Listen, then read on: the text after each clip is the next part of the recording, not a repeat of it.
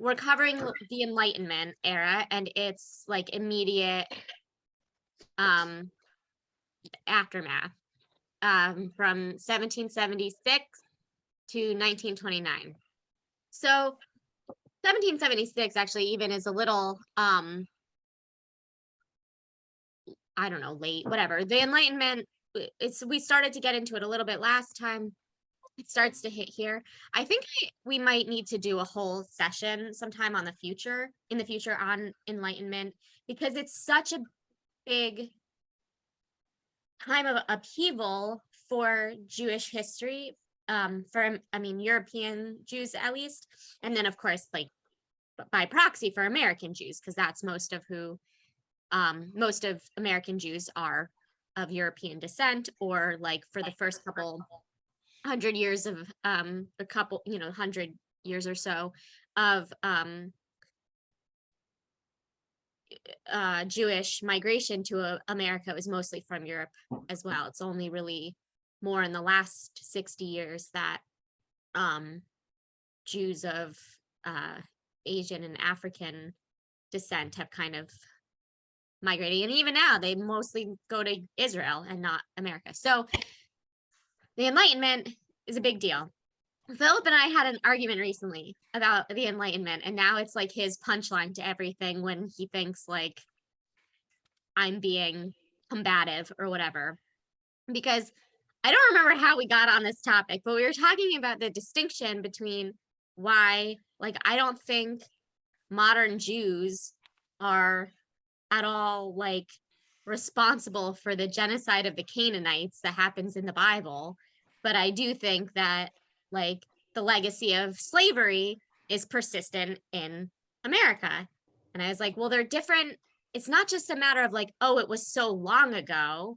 It's the matter of the societal structures that create these atrocities, and that we are essentially still in the same, I mean, we don't have slavery, but we are in the same broad, big picture societal structure that enabled slavery, and that I think like the Enlightenment is really the cutoff of that. And that, you know, when you're in those periods of transition from one epoch, epoch, to another, you don't know that you're in it. So like we could very well for the last, you know, again, 60 years, it feels like, since the civil rights, and we've been having more upheavals recently on that issue and things like that, we could be in a period of transition again, and we just don't know it, because like Enlightenment and then Haskalah, which is the Jewish Enlightenment, stretches over about 100 years.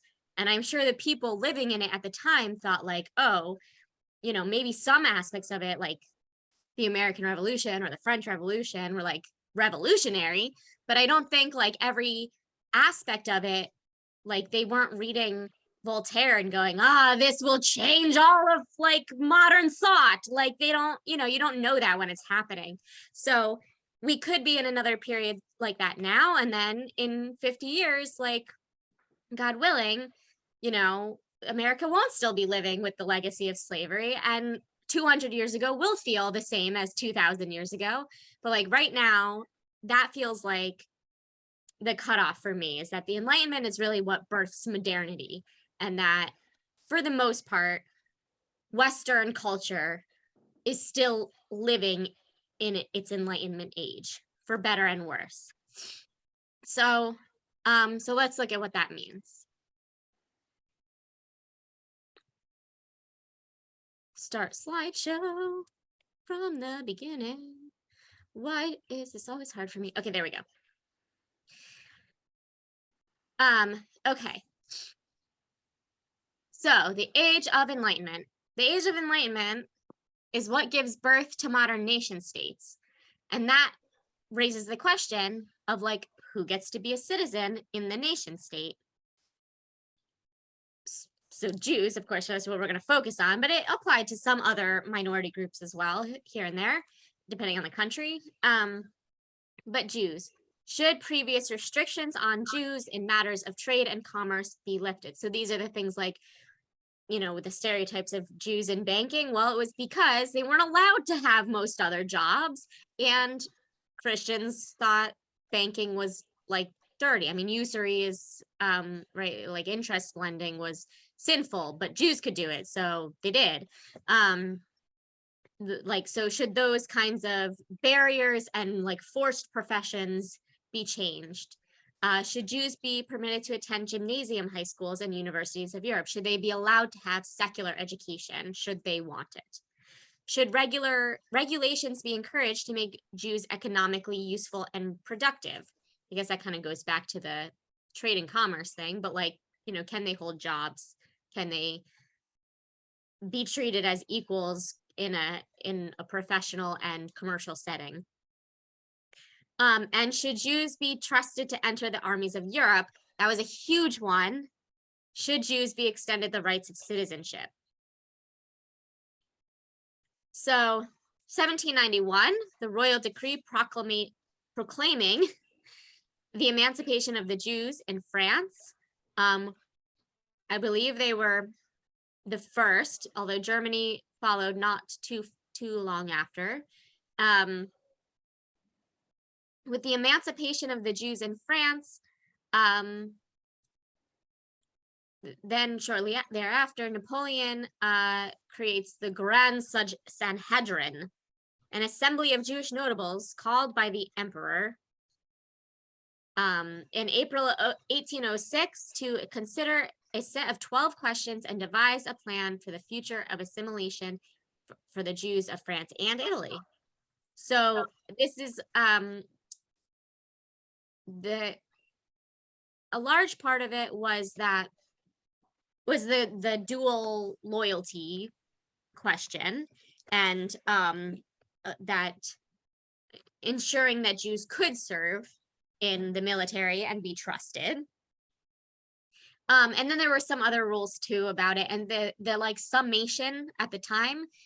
This is like a catchphrase that's, I don't know if Napoleon actually said it, but it's like a thing that you learn in studies of this time period, is that it was required that the Sanhedrin's job basically was to ensure that the Jewish community would maintain, that they would be a man in the streets and a Jew in their home, which is then raises a whole other question that was also a big part of this a little later than this time period, I guess more into like Victorian times, but that Jews are not Jews and men are distinct groups.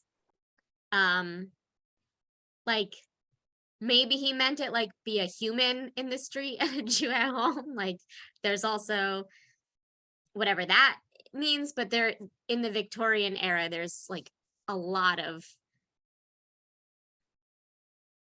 problematic stereotypes about Jewish men specifically, or Jews and gender, I should say. It's not really just about Jewish men, but Jews and gender, that I think is part of what Napoleon is playing at when he says that.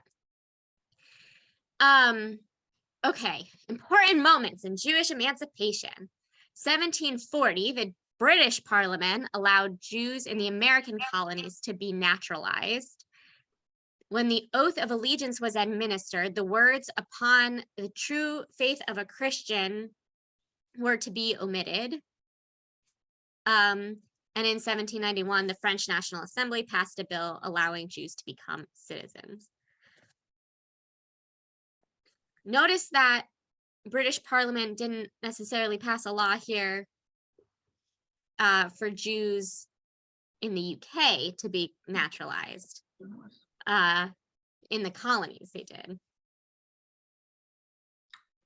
which again, like that could be a whole lecture in itself. Like what demographics were they trying to establish by granting citizenship to, you know, anyway. Here's a rough timeline of just the emancipation of the various European countries. So as I said, emancipation of French Jews is here-ish, right? That it's 1790, so right after the French Revolution. Then Napoleon Bonaparte comes in and doubles down, like reaffirms Jewish freedom. Where did my cursor go? Here we go. The Grand Sanhedrin is established around here is where Jean Valjean steals his bread. The unification of Italy in the mid 1800s, Germany 1871. A lot of these countries, I mean, not only when did they, like the question of when they freed their Jews, not freed, they weren't enslaved, when they naturalized, whatever, allowed citizenship to the Jewish population, and when they consolidated as a nation, they play into each other, because a lot of these weren't singular nation states. I mean, especially like France and Germany kind of come to mind, Austro-Hungary, that too a little bit. They were like different, I don't know, lordships or whatever you would call it. Like, right, Germany had Prussia and Bavaria and Bohemia, and they were all distinct entities. And they could kind of do with their Jews what each one wanted. So it only really became a question when they became a whole nation, a unified nation. So same with Italy. So what did non-Jews expect of Jews in return for granting rights and citizenships? Notice it's not just like, even though it follows emancipation and it follows Enlightenment, and it follows this realization of like a break from the church in a big way, even though, most of the rulers of Europe were still Christian, but they were like deist or humanist Christians or whatever, and they had a more like secularized philosophy and like science first, and there was more breaking from the church as a political stronghold over the nations. But that didn't necessarily lead to a realization of the inherent equality of all humans. Like, just because we're humanists now, like, let's not get carried away about who counts as a human. So they still expected something from the Jews. Like, if you want citizenship, you have to assimilate. So that was a huge aspect, that they should dress like us, speak like us, and that's, I guess, a big part of what Napoleon means when he says be a man in the street, is look like the rest of us. Jews must become economically useful and productive. I think that's still a common expectation for most Western nations of all its citizens. And Jews must become loyal citizens, obeying the laws of the land. Again, an expectation of most citizens. But I guess the edge to it is that Jews were not trusted to do that inherently the same way some other people were. And then ideally, Jews should convert to Christianity. So even though some of the barriers were lifted legally, or I should say the like legal enforcement of keeping the Jews out of certain things was lifted, it didn't mean there was like equality protection acts or anything. So it could still be, Jews could still be kept out of universities or jobs or whatever, based on the whims of the people in charge at any given institution. And so even throughout the emancipation era, plenty of Jews still converted to Christianity for professional reasons or whatever. What did Jews expect of non-Jews? Removal of discriminatory taxes, fees, and other areas of discrimination, religious freedom without interference, less animus to Jews, and less anti-Semitism. And less, there were still often Jewish quarters, but I think the hope of fewer ghettos, like requirement to live in such areas, was a hope of emancipation as well. But as we shall see, didn't always work. Yeah, Debbie, you have a question? Were Jews required to take an oath of allegiance, or did this come out of, did they just say Jews now are citizens? Or did you have to take it might have varied country by country. I'm fairly certain in France they had to take an oath. and maybe was, you know, if they entered the military, or Okay, if well, they, yeah. you know, had to take a citizenship test or something like that, then there would be an oath involved.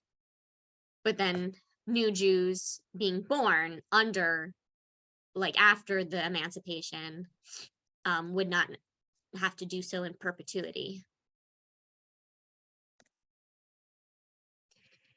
Okay, and this is the era that in which Reform Judaism emerges. So in Hamburg in 1819 is the first Reform temple.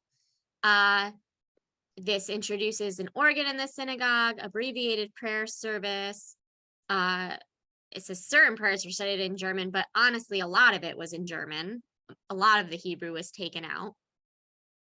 And a German language sermon, and then subsequent proposed changes improved decorum by elimination of charitable donations during prayer. Move observance of Shabbat to Sunday, and references in prayer to Zion, Jerusalem, and the Messiah were omitted because it might show that Jews were disloyal to Germany, praying for a return to Zion. The first permanent Reform synagogue. That's an interesting addition. That makes me think there were earlier ones that I don't know about offhand.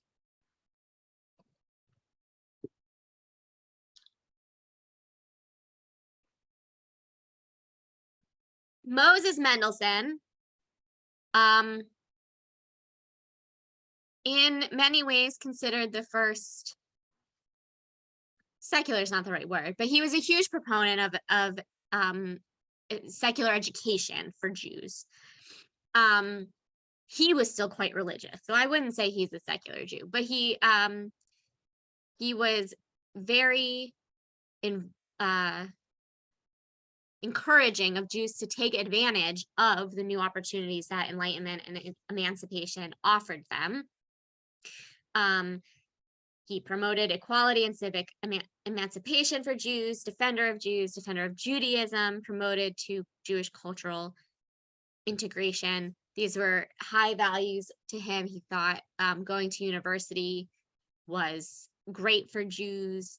And he wasn't, like, there was some concern from other Jews, but I don't get the sense when I read about him that there was huge backlash to him the way there was like Baruch Spinoza, for example, who is often considered the first secular Jew, although again, by today's standards, he's really not so secular. He like totally believes in God and Judaism. He just has a more nuanced, again, like maybe deist, humanist, I don't know, like a more like abstract idea of God and of what, you know, about God, but he's still pretty Jewish. But anyway, his ideas were so radical that he was excommunicated.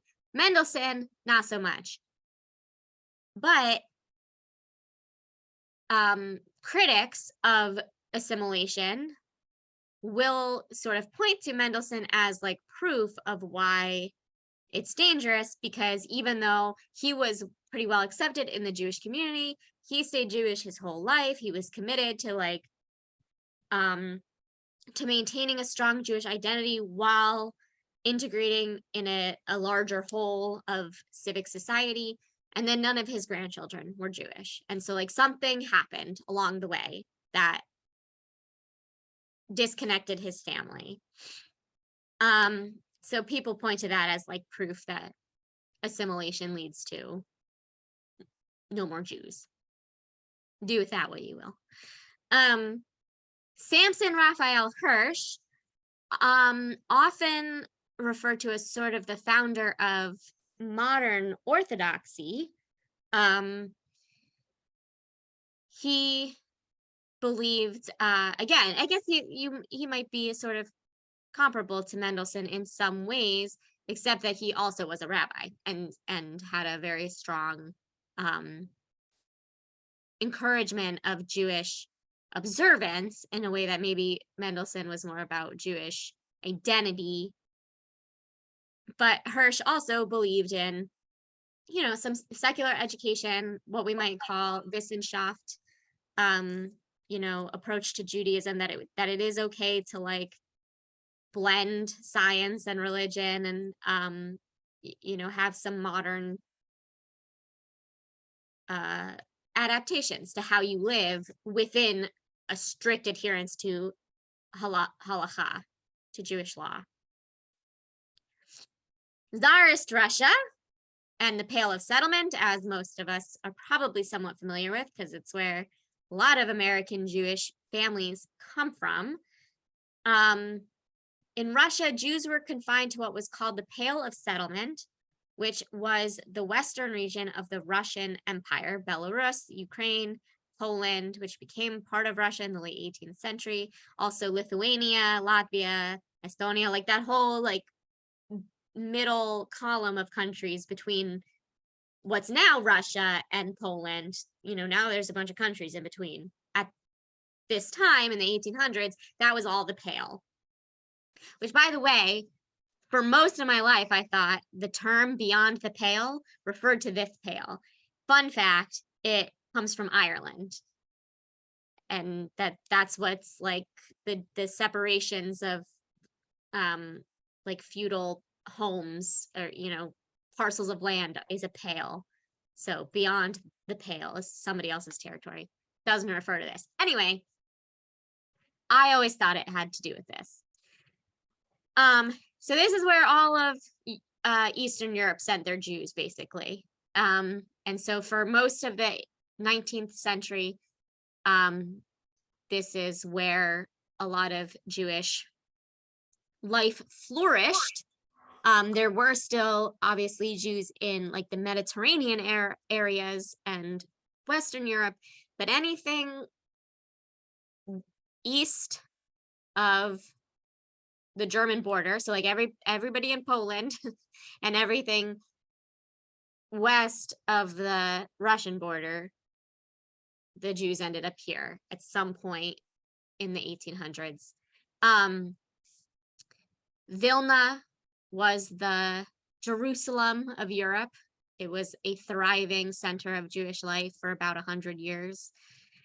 It had like a dozen synagogues. It just was, it was the place.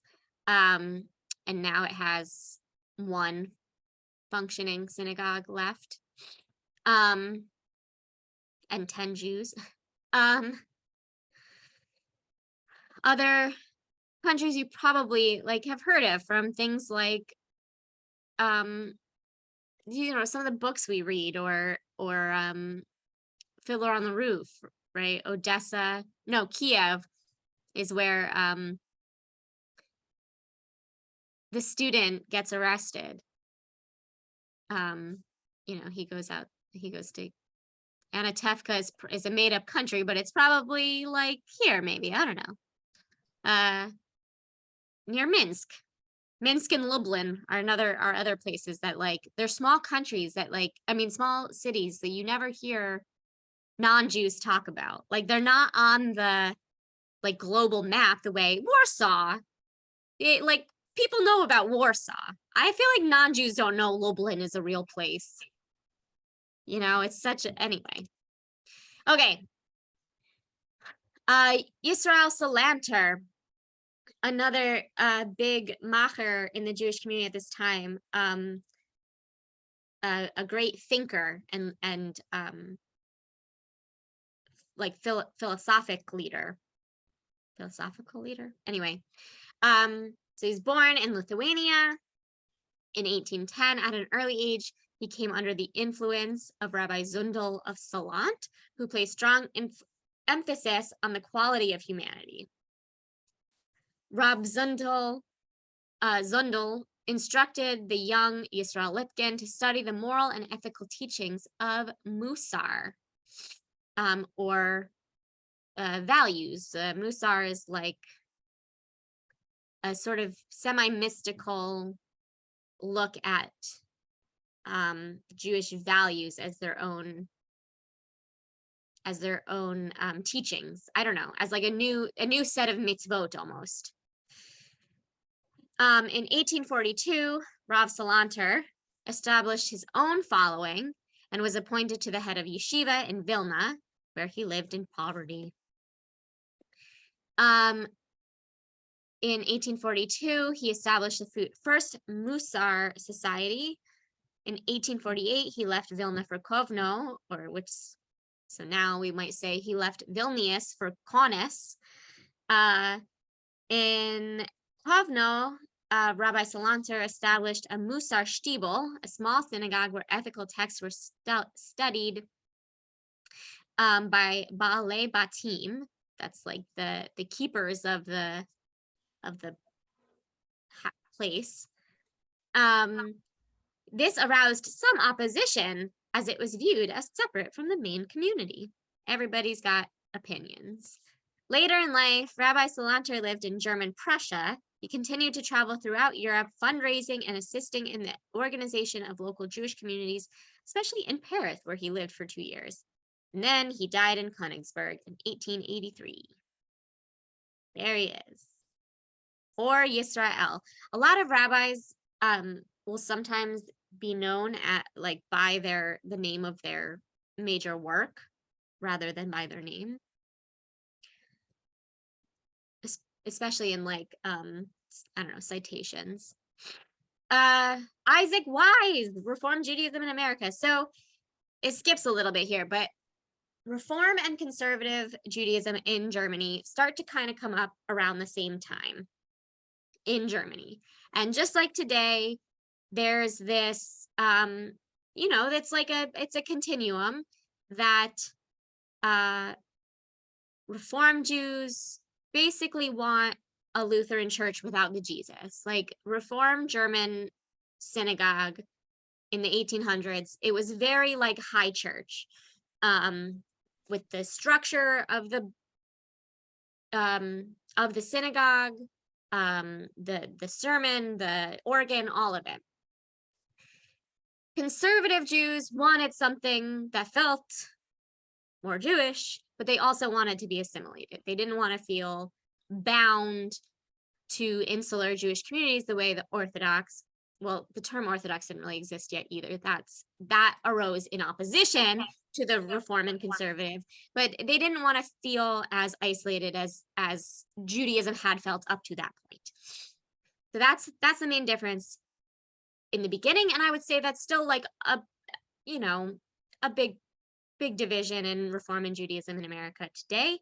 But in the 19th and early 20th century in America, it wasn't necessarily that evenly split. As people were coming to the US from all over Europe, but especially from the Pale of Russia, where they didn't necessarily have Reform or conservative Judaism because that was a pretty German thing. So as they were coming here, what would happen is the Jews of more German lands were drawn to Reform Judaism, and for whatever reason, the Jews from the Pale were drawn to conservative Judaism. Speculation I've heard is like because they were used to having to live in that kind of isolate, like only around other Jews, that they were like, why would I not speak Yiddish anymore? Like why would I do away with all of the Jewish language aspects of prayer and I don't know, whatever. So that was a main divide. It wasn't really that like philosophical, really. It was more about, because then like once the first wave establishes that, right, then as more Russian immigrants come, they go and settle with where the other Russian immigrants are, and they go to synagogue where the other Russian immigrants go to synagogue, like, so that split kind of maintains. Meanwhile, Isaac Wise is trying to establish American Judaism. He thinks he's going to create this like denomination that's divorced from these other, like, it's just, we're not in Europe anymore. It's a new thing. His first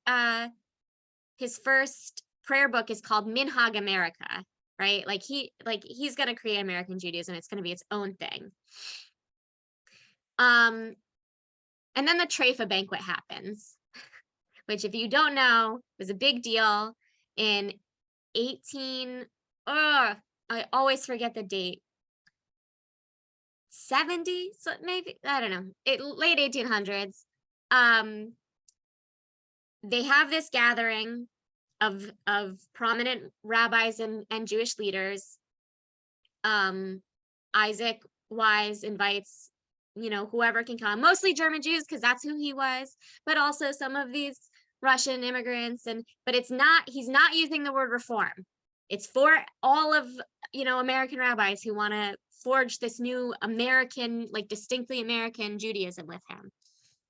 And then the banquet, following a day of meetings, the banquet begins, and the caterers start bringing out the bacon wrapped scallops and the shrimp cocktails and the, whatever. And about half the rabbis leave. They walk out. They're like, no, too far. And they leave. And that really becomes the real sticking point, the real distinction between Reform and conservative Judaism in America. That's what established those lines and solidified the two denominations in America as like treif or no treif. And to this day, it is like still argued about within like the CCAR and it's not called Union of American Hebrew Congregations anymore. Now it's the URJ, the Union for Reform Judaism, same entity.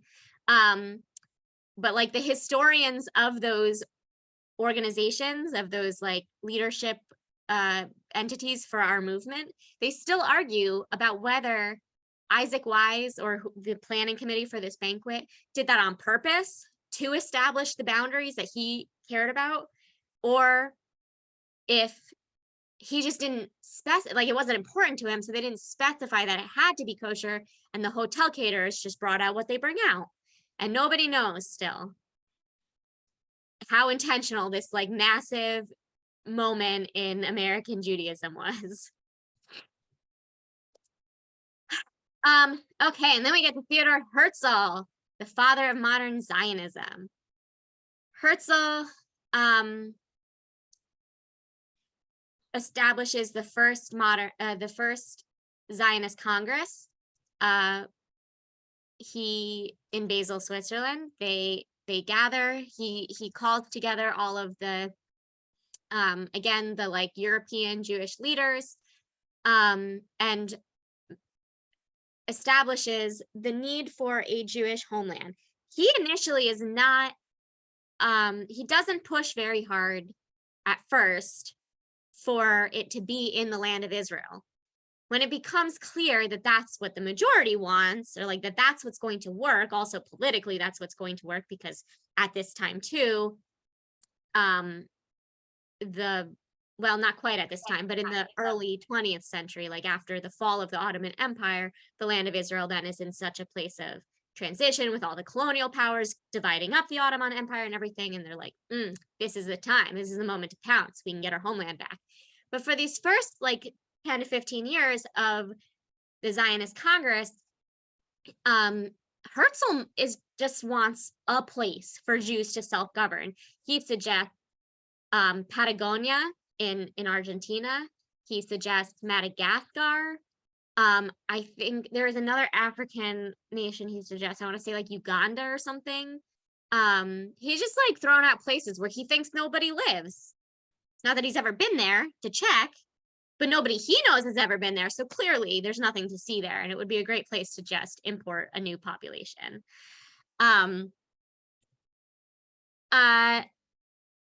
So, that's Herzl. He's Austrian, but he's also very German, if you know what I mean. Oop, okay, that's the end of the slideshow. What a place to beg your end. pardon? Yeah. I just, this is another thing about like then getting into the Victorian era and how these things kind of like slide into each other. But Herzl had a lot of feelings about the way Jews were viewed in in Western Europe culture. And rather than push against that worldview and be like, you're wrong, like all humans are equal and, you know, we can be different and still have the same inherent worth. Rather, he wanted to prove them wrong by being more European. Like, he didn't want to just upend that system. He wanted his chance to reinforce that system elsewhere where the Jews get to be on top. And he's not like shy about saying this. Like, he says very clearly that, you know, once we have our own nation state and we, you know, he's talking about like draining the swamps and planting the vineyards and everything in Israel. This is like later when they decide for sure Israel is going to be the goal. The land of Israel is going to be the goal. He talks about like, you know, making the desert green and all of that stuff. That makes me crazy because deserts aren't supposed to be green. And like, again, whatever. That's like the very European, well, I don't know anyone who's been there, so there must not be anyone there. And every place I like to be is green. So clearly that's how nature should look. So, but he's writing about that and he says like, then they'll see how German we really are, or like, then we'll see how European we really are. What, like when we have the opportunity to be rugged. And he compares himself to a Boer, like to the South African Boers, Boer, however you say that word. So, like, it's not subtle what his goal was. And yeah, and that was a big, like, you know, the waves of how that was viewed by other Jews. Like, so I think ironically, the Western Jews were way more drawn to Zionism, and the Jews stuck in the Pale of Russia that like theoretically are more oppressed, like they have less freedom of movement, but because they're more, I guess because they're more insulated and they get to live among other Jews, they don't feel the need to go live in the Jewish homeland. But the German Jews and the Austrians and the, you know, whatever that have, in the Swiss, that have these like more, they have more freedoms and like civic opportunities, but then they are reminded so often, like it's so in their face when they try to grab those opportunities that like, you'll always be just a Jew. And so that drives them, you know, to wanting a Jewish homeland. So it took a while. It really, you know, it took until another increase in pogroms before the Russian Jews came over too, which they did. I mean, it doesn't take long before Russians come sweeping in. So I think next time, I mean, that still only brings us up till about the 1900, and then next week we're going to get into the Holocaust. So that gives us a good 30-year gap. Let's look at the timeline and see what else NJOP thinks we need to know about in this 300 years.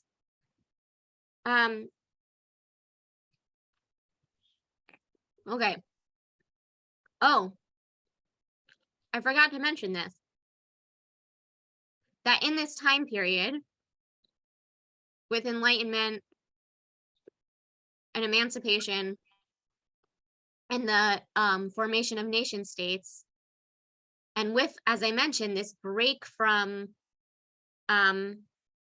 like from the church, so the old forms of anti-Judaism, which we talked about last time with the desecration of the host libel and the blood libel and all of these things, they didn't hold water so much anymore. If all of Europe is kind of rejecting the stronghold of the church on their life, then like that's not a good reason to hate the Jews anymore. So we need new reasons to hate the Jews. So the term anti-Semitism is born as part of the birth of racial science and this idea that Semites are a separate people. Before the term anti-Semitism, Semites were not people. Semitic languages were a language group. The idea of a Semitic ethnicity or race was entirely constructed for the sole purpose of creating new scientific anti-Semitism, which I guess is true of like most racial categories, as they were invented by racists, but you know, this one I feel like gets lost sometimes, what it means. Jacob Frank, I talked about a little bit last time. He was a student of Shabbatai Tzvi that then really jumped the shark. Equal rights for Jews. For Jews as Jews, nothing. For Jews as Frenchmen, everything. Yeah, that'll do it. And let's see here. Oh, the isolation from emancipation. This box is very hard to understand what it is trying to say to us. Okay. So we've got isolation from emancipation and modernity. Oh, Hasidim. Okay, so that the Hasidim are separating themselves from modernity. That's one branch of Judaism taking root. Involvement in a modern world without compromising of halachic standards. That's Rabbi Samson Raphael Hirsch. That's the precursor to modern orthodoxy. Okay, and then the reform movement and conservative movement exists here as well. Immigration to Israel by both Hasidim and the students of the Vilna Gaon to Sfat, Tiberias, Hebron, Jerusalem. The Battle of Waterloo. So this is all still Napoleonic period. And the rise of the Rothschild. So there's a book called The Operated Jew, which is I think it's meant to be a farce, but even so, it's pretty anti-Semitic. Like, I think it's meant to highlight and like parody anti-Semitic tropes, but it still plays into them pretty hard. But then here, hold on, I'll show you. The book, the edition I have.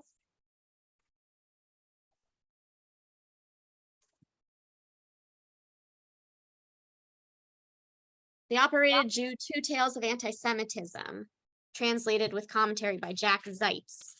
So the first tale is Oscar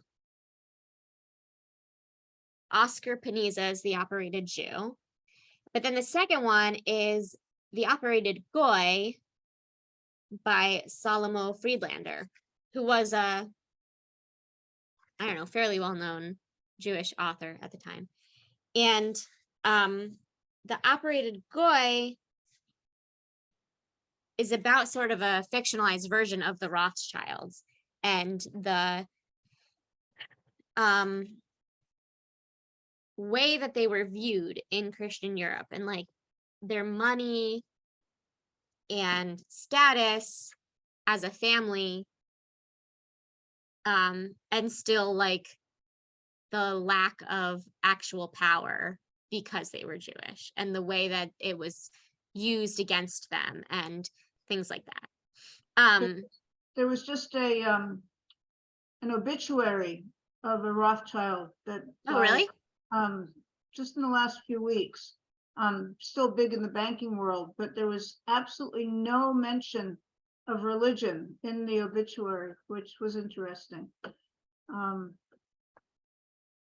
That's all.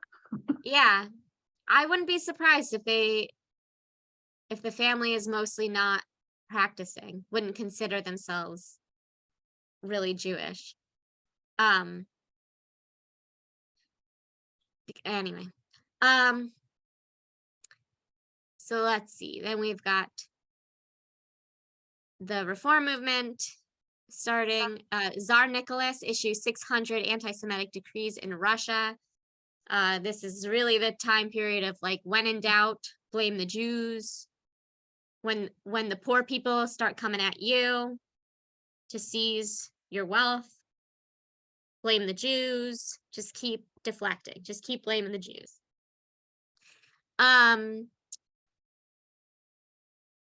Let's see, okay, Queen Victoria. We are entering the Victorian era here then. The Damascus blood libel, another re-emergence of the blood libel. Karl Marx publishes the Communist Manifesto that affects Jews as well. And Austria-Hungary grants citizenships to its Jews. The Musar movement, let's see, we saw the pogroms in the Ukraine, 1880. This is one of the huge periods of immigration to both America and Israel of, I think it's called the second Aliyah, actually, for immigration to Israel. The first one was here somewhere. The TREFA banquet, 1886. Okay, I was 15 years off. And leads to the beginning of the Jewish Theological Seminary and the conservative movement in America because they left. They did not like Isaac Mayer Wise's Judaism. The Dreyfus Affair, I think people mostly have heard of that. Just, you know, again, when in doubt, blame the Jews. Like, there was no reason to believe he was a spy, but it was, you know, something to keep people on their toes and looking the other way, and he was an easy target. The first Zionist Congress held, as we talked about, Agudat Israel, founded as a political representation of non-Zionist or anti-Zionist Jews. So a lot of, in the first almost 100 years, I mean, really until the 6-Day War in 1967, there were two, I guess, schools of thought amongst non-Zionists. One was that we don't need Zionism. We don't need to return to the homeland. Jews should have freedom wherever they go. We don't believe in, you know, Jewish peoplehood in that way. It's a religion, but we're fully whatever, French, German, American, whatever it was. So there was that. Or there was we don't want to say out loud the word Zionist because then they will think that then they will accuse us of dual loyalty. So it wasn't necessarily that they were non-Zionists, but there was a huge population of Jews that were just like, I don't want to have anything to do with that. They're going to come for us if we talk about it. There wasn't a lot in this period because it was, you know, a period of colonialism still. There wasn't exactly much in the way of, no, we shouldn't go establish a country where there's already a people. The only real anti-Zionists, I would say, at this time are the Orthodox, I don't know, strict, whatever that means, Orthodox, who believe that we will be returned to Israel when the Messiah comes, and that like to establish a modern nation state in the land of Israel is in defiance of God by not waiting for God to establish the return of Jewish autonomy in the Holy Land. That was mainly the only real argument against Zionism as a concept for these first many years. They had, yeah, okay, Uganda, I was right. So they vote on the land over Uganda or Madagascar proposals. Obviously, that failed because we know where they decided on. Mass immigration to the USA, where there is no official anti-Semitism at this. And, you know, I'm sure you've all heard of Washington's letter to the Jews, even before the establishment of the United States of America. It was determined that there would not be any official anti-Semitism in America. In the first waves of Jewish immigration to the colonies, there was, I mean, Peter Stuyvesant was a raving anti-Semite, did not want Jews to settle in New Amsterdam or New York. But by the period of the Revolution, it was declared that Jews would be seen as full citizens in the new United States of America. Sigmund Freud also at this time period, he wrote quite a lot about Jews, as well as the other things that he wrote about. Solomon Schechter unified the conservative movement in 1904. This is he like all of the conservative day schools in America are called Schechter. That's like he's I don't know, he's a big deal in the conservative movement. 1905, the Protocols of the Elder of Zion, written by Russian anti-Semite posing as a Jew, led to the pogroms to kill the Jews and save Russia. And of course, the Protocols of the Elders of Zion reemerges every few years. People still don't like realize how fake it is.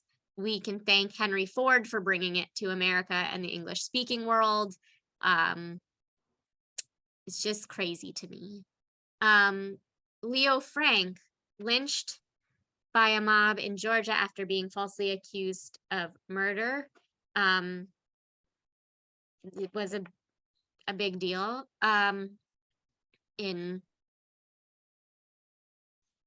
for American Judaism as well, significant. The First World War breaks out. 20 million wounded, 8.5 million dead, 500,000 Jewish soldiers fought in this war. At the end of the war, Britain captures Palestine from the Turks. And then there's like lots of arguing and drawing of the lines of the Middle East. And the British promise Palestine to like 3 different groups in this time period. Like is it going to say anything about the Balfour?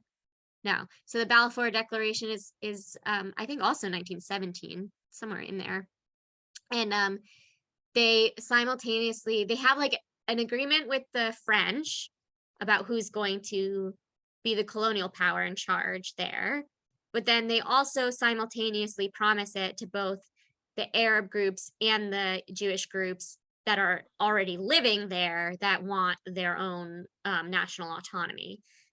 So the British are just like speaking out of all sides of their mouth. Forget both sides. They're also speaking out of the back of their heads. I don't know. Oh, there we go. Balfour Declaration is here. Okay, yeah. So he does that. They do that.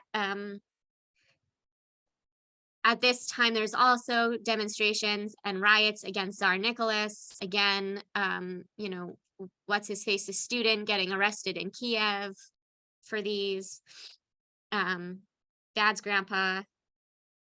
Then 60,000 Jews are killed during the Russian Revolution. Ukrainian independence leads to pogroms. It's a lot. Meanwhile, the Treaty of Versailles is signed. In 1920, the official British Mandate of Palestine begins. The Haganah and the Irgun are organized to defend Jews. The British White Paper limiting Jewish immigration to Palestine, leading to the organization of Aliyah Bet, which is illegal immigration, and Arabs attack Jewish settlements in Israel. And Mordechai Kaplan begins Reconstructionist Movement. So Mordechai Kaplan was a conservative rabbi, and then his main break with them was egalitarianism. So his daughter is the first American girl to have a bat mitzvah, the first like bat mitzvah ceremony really recorded in all of history. I mean, who's to say what they looked like, because women's rituals weren't recorded the same way. So it's possible there was some kind of, or it's likely there was some kind of coming of age ritual previously, but nothing that would be identifiable to us now as a bat mitzvah. And so Judy Kaplan was the first. And with that with tutoring his daughter and creating her bat mitzvah, that kind of began the Reconstructionist movement.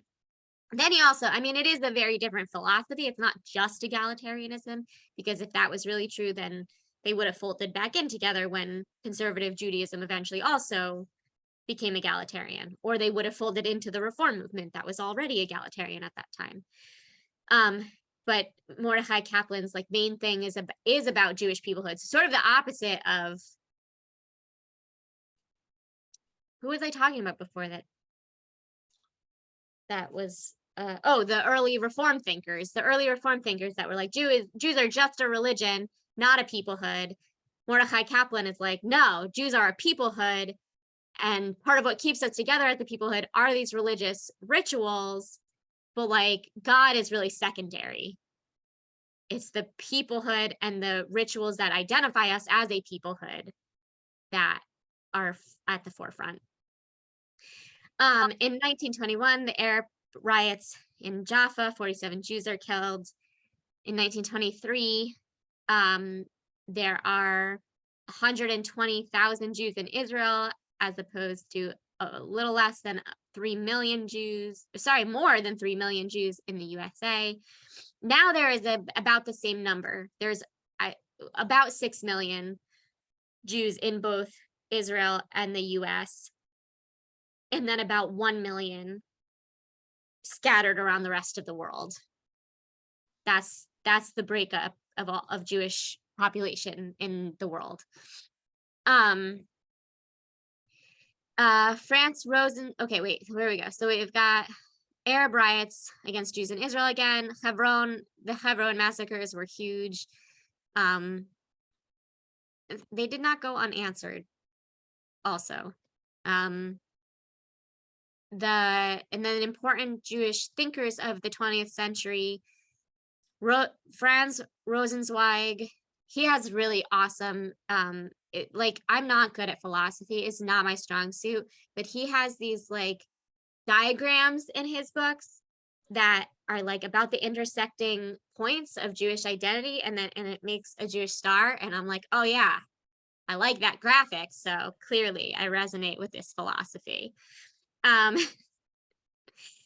The Chafetz Chaim, again, like, that's not a name, that's his work, that's his book, but that he's known by, but it's a like Hasidic work.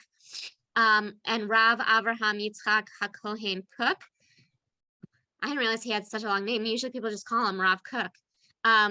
He was, again, a sort of modern Orthodox, I think he was chief rabbi of Israel, the first chief rabbi of Israel. I could be making that up, but he was a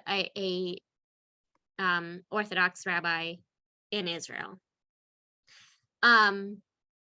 18 Jews killed in the Arab riots in Tel Aviv, Jaffa, again in 1929, and the beginning of the Arab revolt that claims the lives of 500 Jews in 3 years. And then, of course, 1929 is the Wall Street crash and the beginning of the Great Depression. Questions? Thoughts?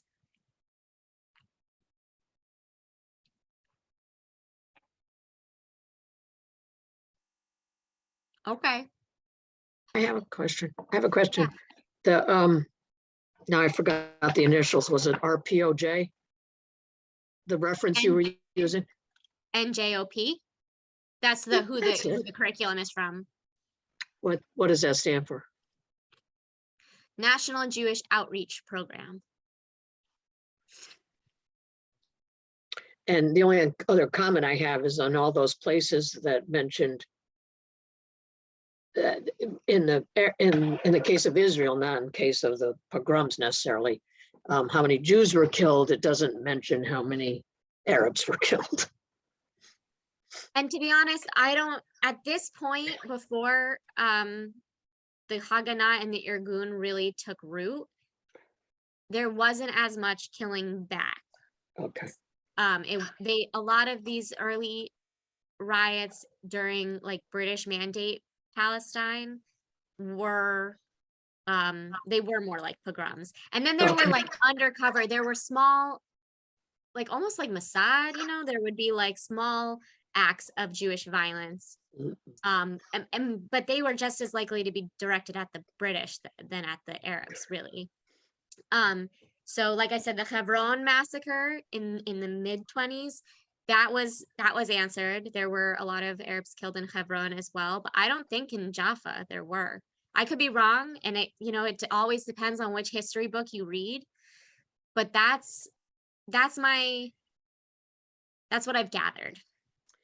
And do you know how do Jews view Lawrence of Arabia? I don't know. I've never seen Lawrence of Arabia, so I don't have to me. No, well, I feel he was like meant. it's a punchline of like, oh, it's such a long movie. That's like all I know about it. I don't mean the movie. I mean the man Oh, who I actually know exists, about that. who actually existed and created this Arab alliance to join the British to fight the Turks. But did that lead to a stronger Arab world that then was stronger to turn against Israel together? I don't know, and I'm just, again, the only thing I know, my view of Lawrence of Arabia is from the movie mostly, and he's a pretty heroic, although I didn't understand a lot of it. I've watched it twice recently. I mean, recently in the past 5 years. I'm still like, I don't get this. Yeah. Each time I watch it, I get a little more of the history. But okay, you don't know. So it's not a big talking point of how Lawrence of Arabia eventually hurt the Jews. Not him himself, but whatever alliances he was able to create among the Arab nations. Or the Arabs. I guess they weren't nations yet. I don't know. My uneducated understanding of the British rule in Palestine was that they were sort of anti-Semitic, also anti-Jewish, since everybody was Semitic, sort of. But and maybe Lawrence of Arabia had something to do with that. It's possible, at least, or that had something to do with Lawrence of Arabia's bringing the Arabs in. Maybe there was some kind of connection. That the idea with that quote that you gave of Napoleon, that Jews needed to be Jews at home and men in the streets, maybe that had something to do with that new anti-Semitic image that based on supposedly race rather than anti-Christian stuff. Maybe it was referring to that they were a separate race and not men, but in the European sense of right. Yeah, it's possible. I think the other quote by Napoleon that was actually in quotes, so I guess we can think he said it, of to the Jews as Jews, nothing, to the Jews as Frenchmen, everything. Mm-hmm. I think that tells you everything. Mm. It's like the don't ask, don't tell, don't say gay. They're all the same BS. Yeah, I was gonna say, I think it's unfortunately, like, not a lot has changed, which is, to my point from the beginning about my ongoing argument with Philip about that we're still basically living in the same era as the Enlightenment, is that these things are still what's happening, and that, like, including to Jews, I think. I mean, the don't say gay, don't ask, don't tell is definitely a much more like in your face right now, and potentially, well, you know what? No, I would say after the last month, anti-Semitism has also gotten a lot more violent again. Hate crimes went like skyrocketed this month. But yeah, the same thing that, like, oh, as individuals, Jewish families are full citizens and, entitled to the same things as everybody else and whatever. But, like, when people talk about religious freedom, what they mean is the right for Christians to be exempt from things based on their religious values. Like, it doesn't go both ways. And no. Or a study just came out that a stack, I forget now what exactly the percentage was, but it astonished me, honestly, of the number of employees that do not call in for interviews, applicants with Jewish sounding last names. It And- was like and I read that. 50% or something. I read that Like, article, and in most of the categories, whether, would you don't call them in for an interview, or you interview them, but you don't offer the job, or you don't trust them once they work for you, all the various categories, the percentages ranged, I think, between 20 and 30%. okay, it wasn't as high as I remember, but it was higher than I thought it was going to be. Yeah. It's a lot. 1 in 4 employers, Yeah. or 1 in 4 employees. I forget which way it went, but still, it's a lot. Yeah. So, And today I just read a response from our eternal friend, Louis Farrakhan, a response to the the Anti-Defamation League, about why are you, basically, why are you picking on Kanye and Irving when you were responsible for the slave trade? oh my God. Talk about not knowing history. Mhm.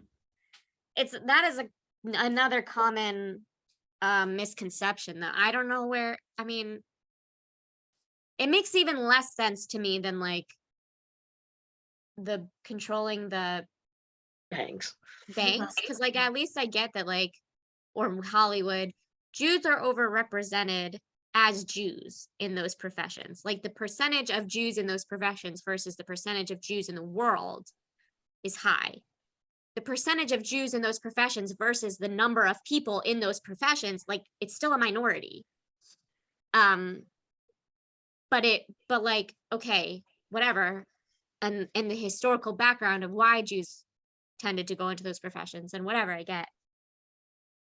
There were Jews that engaged in the slave trade, but were neither overrepresented among Jews nor among the slave trade.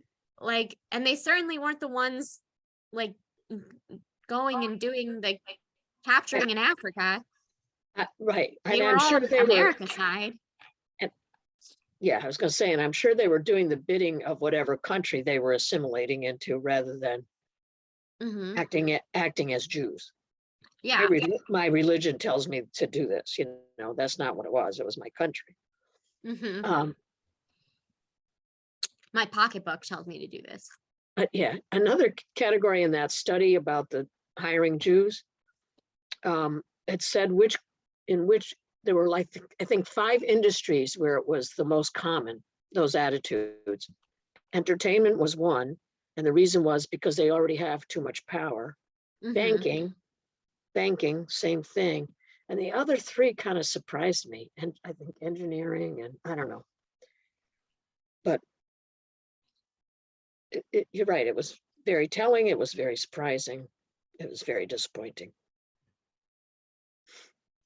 Hmm. Healthcare might have been one. Rabbi Lizz, Yes. where does yeshiva university fit into all of this? Yeshiva University is, I can't minimize while we're here. Okay, I'm going to pull up to see exactly when it began. But Yeshiva University is the modern Orthodox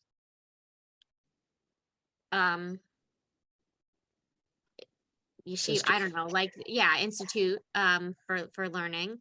They have like all of the programs. They have undergrad, they have graduate, they have a rabbinic program, they have, everything. They have a sister school, Stern College, for modern Orthodox women. It goes way back. So let's see. History. Why does the history tab not give me the history? It's just okay.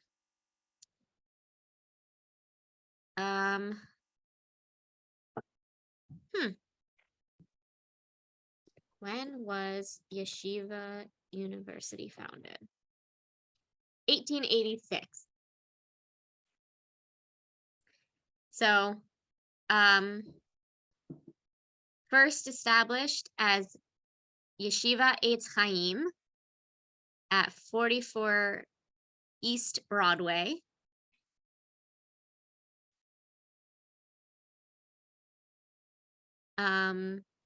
Oh, interesting. It started as a like typical yeshiva, as like a cheder style elementary school. And then it looks like just like as its graduates grew, they just kept tacking on programs to keep serving the same population as they graduated from one stage to the next of education. And when did the Stern College start? Didn't we read about those in our last book? Maybe Stern College, well, probably in the choice, because right, like that's that population. Stern College, it says open in 1922. Yeah. If I went to yeshiva today, I could major in what a typical university offers. Yeah, their undergraduate programs are just, it's a university. Uh-huh. I think their graduate programs might have a range of secular options as well, Mhm. but I'm less sure. Although I only know modern Orthodox Jews that actually go to Yeshiva University or Stern College. I don't think it's a requirement to go there, but I think that is typically who goes there. Isn't yeshiva also a term sort of universally used for schools that are Jewish? Yeah. Yes, Like New Haven has a yeshiva yes. grammar school, I think. Hartford has one, or did have one. I'm sure they still do. Yeah, and there are many in New York, obviously, various yeshivas. So you have to say Yeshiva University if that's what you're talking about, or YU. Because Why not? What? Oh, why? Yeah. Why you- Yeah. All right. Any other questions before we close? All right. Next week, we'll pick back up on 1929, 1930, and go through to the present, or to whatever present year NJOP wrote this curriculum. Could be a couple years ago. We'll see what else. And then we can decide for ourselves wherever it ends, like what other like big Jewish milestones have happened since then. That could be a fun game.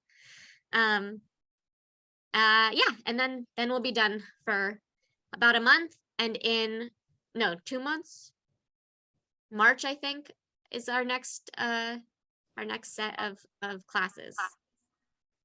I'll make sure to let you know next time for sure.